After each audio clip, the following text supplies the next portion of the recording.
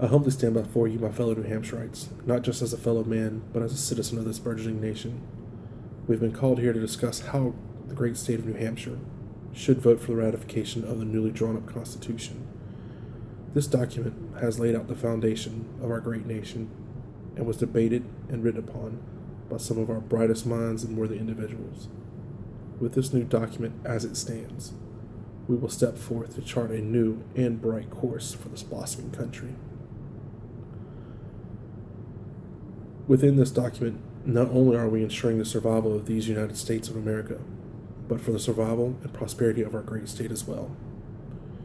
New Hampshire may not be as large as some like Virginia or have a high population like New York. The Constitution ensures that New Hampshire will be well represented in the new government. The new Congress would be split into two houses similar to the British Parliament. The lower house will have representation based on population. Now this will give some states more representatives in the lower house, but it's the upper house where we will have equal footing. The upper house will each have 2 representatives per state. This provides each state with the same footing for voicing concerns and does not allow these larger states to push their views or needs onto the rest of us. This new Congress will also have the duty of enacting laws that are proper and necessary. This new nation must not follow along the lines of a new monarchy. We will have a duly elected official as president. This man will be elected by a group of men picked by each state. By having the men pick an individual, it ensures that the man selected has renowned knowledge that will help him to lead this new nation and shows him to be worthy. This group of men will get together every 4 years to elect an individual. There are no limits on how many times a person may serve as president. We all remember what it was like to live under the burdens and taxation that was forced upon us by the British Empire. Everywhere we looked, every day we awoke to find new taxes or were required to purchase only British goods. This Congress now has the power to tax and regulate both foreign and interstate commerce. These funds raised will help pay for the work that our government finds necessary.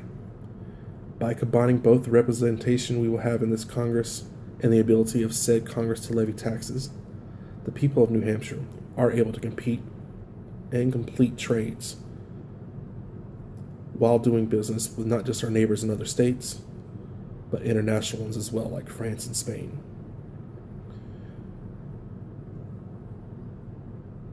This leads me to my final point for your consideration. The purpose of this Constitution is to set us with the guidelines for the federal government to prosper. We have argued our point that the Constitution as it stands is lacking a standard Bill of Rights. These simple rights must be protected and given freely to all men of this nation.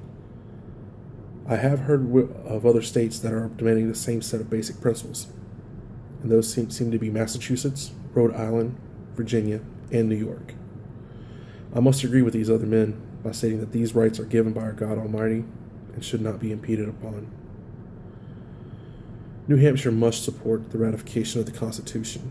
It provides a sound set of rules for representation within the newly formed government.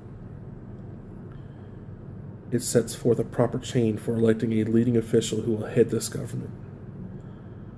Without proper taxation, our newly formed government will not be able to do what it needs to do. Our natural rights and liberties must also be guaranteed not only for our current generation, but for future generations as well. We have not come all this way to let this document and this nation be undone because we simply cannot agree upon how the future of this country should run.